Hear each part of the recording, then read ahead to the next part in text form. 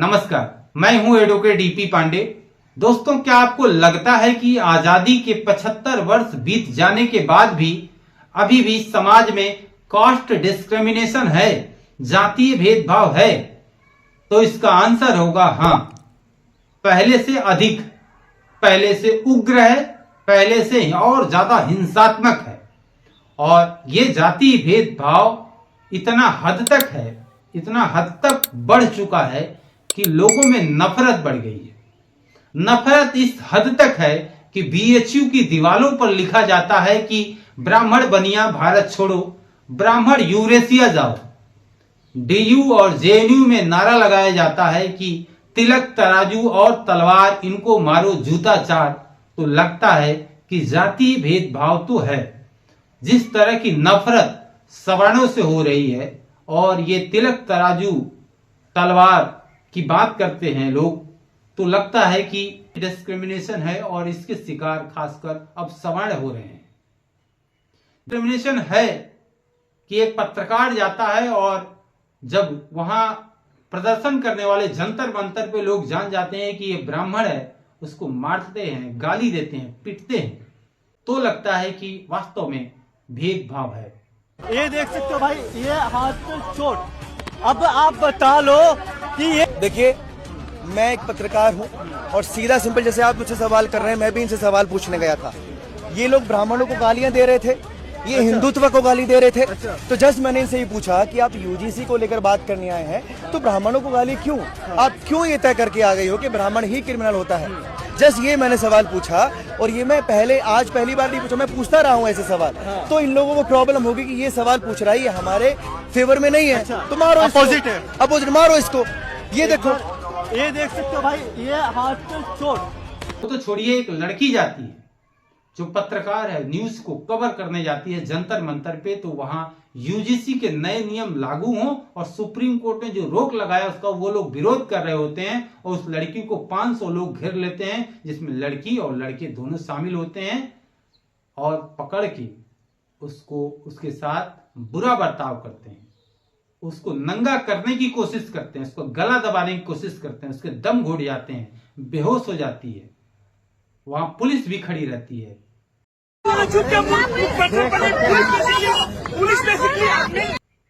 इसलिए कि वो ब्राह्मण थी और कहते हैं, साफ वीडियो में दिखता है कि अरे ये तो ब्राह्मण है। तो जितनी नफरत क्षत्रिय, ब्राह्मण, लाला, भूमिहार और जो सवर्ण समाज के लोग हैं उनके साथ हो रहा है, तो आज की डेट में लगता है कि डिस्क्रिमिनेशन है और इस पर एक कानून की आवश्यकता है। और ऐसा कानून हो जो सबके लिए हो। यही तो सवर्ण समाज के लोग कह रहे हैं कि जो यूजीसी का नया नियम आया है, promotion of equity in higher education institution regulation 2026, इसमें जो प्रावधान बनाए गए हैं वो सवर्णों के लिए कुछ नहीं। कोई भी व्यक्ति जो ओबीसी, एससी, एसटी समुदाय का होगा वो आरोप लगाएगा और वो आरोप अगर झूठा भी साबित हो गया तो उस आरोप लगाने वाले के खिलाफ कोई कार्रवाई नहीं होगी। और अगर किसी सवर्ण के साथ कुछ हो रहा है तो वो उस पर कुछ बोल भी नहीं सकता। तो इस तरह के प्रावधान लाने पर सुप्रीम कोर्ट में जब उसको ले जाया गया तो सुप्रीम कोर्ट ने उस पर रोक लगा दिया। तो जो सवर्ण समाज की डिमांड है कि जो कानून बने वो समान कानून बने, और समान कानून की आवश्यकता है क्योंकि आप अभी बहुत सारे सोशल मीडिया पे, टेलीविजन पे देख चुके होंगे कि जिस तरह से सवर्ण समाज के लोग इसका शिकार हो रहे हैं। तो असली में तो जातीय भेदभाव उनके साथ हो रहा है।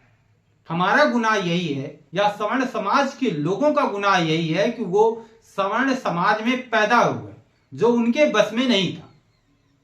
इसलिए वो लोग, टीवी पे आपने देखा होगा, सोशल मीडिया पे देखा होगा, लोग कहते हैं कि इनके पूर्वजों ने हमारे पूर्वजों के साथ अत्याचार किया है, शोषण किया है, उसका हम बदला लेंगे।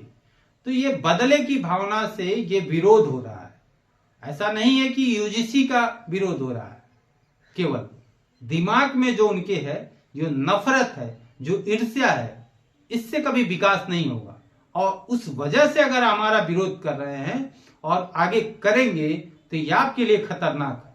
पहले अपने मन का ईर्ष्या निकालिए, अपने मन का जो दम्भ है वो निकालिए, नहीं तो ये कभी रुकेगा नहीं, वर्ग संघर्ष हो जाएगा। तो ये जरूरत है, आज एक कानून की जरूरत है, वो कानून हो जो सबके लिए हो। सुरक्षा का अधिकार तो सबको है, ऐसा तो है नहीं कि सामान्य वर्ग के लोगों को सुरक्षा की आवश्यकता ही नहीं है, केवल ओबीसी या एससी एसटी समुदाय को ही आवश्यकता है सुरक्षा की। मैं आरक्षण की बात नहीं कर रहा हूं, मैं सुरक्षा की बात कर रहा हूं। सुरक्षा आपको भी है, हमको भी है, किसी भी व्यक्ति को, एक एक व्यक्ति को सुरक्षा की आवश्यकता है। तो यूजीसी के जो नए नियम है उसमें सामान्य वर्ग के लिए कोई स्थान नहीं था, वो अपनी शिकायत नहीं कर सकते।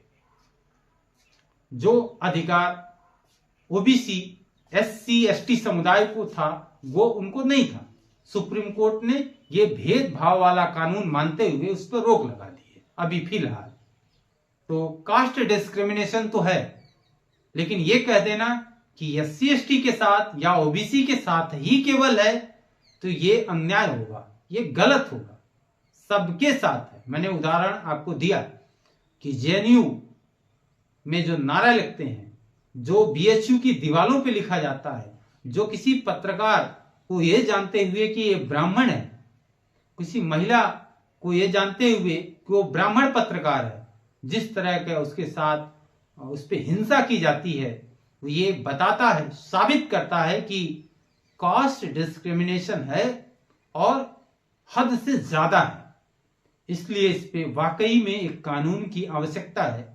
और ऐसा नहीं कि ये कॉलेज और यूनिवर्सिटी में ही होना चाहिए, ये पूरे समाज पे लागू हो। एससी एसटी जो कानून बनाया गया कास्ट डिस्क्रिमिनेशन पर, ये विशेष कानून बनाया गया। सुप्रीम कोर्ट ने बार बार कहा है कि अगर कोई ऐतिहासिक अत्याचार कोई हो रहा है तो इस पे, कोई शोषण किसी का हो रहा है तो इस पे कानून बनना चाहिए। लेकिन सुप्रीम कोर्ट ने वर्ष 2018 में यह भी कहा कि अगर कानून का दुरुपयोग किया जा रहा है तो ऐसे में उसने एक सेफ गार्ड दिया कि पहले प्रारंभिक जांच हो जाए, फिर एफआईआर दर्ज किया जाए, जिस पर दबाव बनाए यही लोग, और उसे संशोधन कर दिया गया संसद में बिल लाकर, पलट दिया गया उस फैसले को और सख्त रूप दे दिया गया। और उसी की वजह है कि आज उसका दुरुपयोग किया जा रहा है, तमाम निर्दोष लोग उसमें फंसाए जा रहे हैं। आपने देखा होगा विष्णु तिवारी भी 20 साल तक निर्दोष, 20 साल बाद निर्दोष साबित हुए, बरी हुए। ये एससी एसटी कानून का दुरुपयोग ही किया गया था उनके साथ। तो सुप्रीम कोर्ट ने बार बार इस पर कहा है कि इसका दुरुपयोग हो रहा है, तमाम इसका खंडन भी किया है। मेरा मानना है कि एक कानून हो, हमारे यहाँ कानून का मकड़ जाल है, आईपीसी है, आर्म्स एक्ट है, पॉक्सो है, एससी एसटी है, आपको 75 कानून पढ़ने, इतने कानून पढ़ने हैं कि वकील भी पागल हो जाता है, जज भी परेशान हो जाता है कि कितना पढ़े। लेकिन अमेरिका में देखेंगे तो फेडरल पेनल कोड है, केवल एक कानून है, उसमें चैप्टर बने हुए हैं और सारी अपराध की परिभाषाएं उसी कानून को, एक कानून को पढ़ने से, एक पुस्तक को पढ़ने से ही आपको सारी चीजें क्लियर हो जाएंगी। हमारे यहाँ ऐसा नहीं है, हमारे यहाँ मकड़ जाल है। एससी एसटी अलग पढ़ना है, आर्म्स एक्ट अलग पढ़ना है, आपको इसी एक्ट अलग पढ़ना है, तमाम एक्ट आपको पढ़ना है, और ये सारे लोग परेशान हैं। ये गुलामी के जो कानून है इसमें बदलाव करने की जरूरत है। संविधान तो आप समझ जाइए कि उसी तरह है जैसे हमारा रामचरितमानस है। रामचरितमानस में कहा जाता है कि वही है वही जो राम रचि राखा। फिर वही कहा जाता है कि कर्म प्रधान विश्व करी रखा।